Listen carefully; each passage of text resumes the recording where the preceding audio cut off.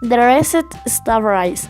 Ingredients: 1 pound beef, 1 chicken breast, 1 onion, 2 spoons salt, 1 ripe banana, 1 pepper, 3 spoons achiote, 1 spoon oil, 4 sausages, 1 carrot, 2 pounds rice.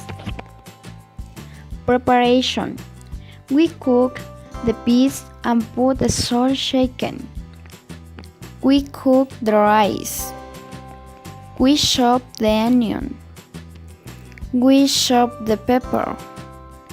We cut the sausages. We wash the chicken and we start cooking. We cut the carrot. We mash up the chicken. We cut the banana. Add a shot of oil in the pan. We add all the ingredients to the pan and enjoy the food.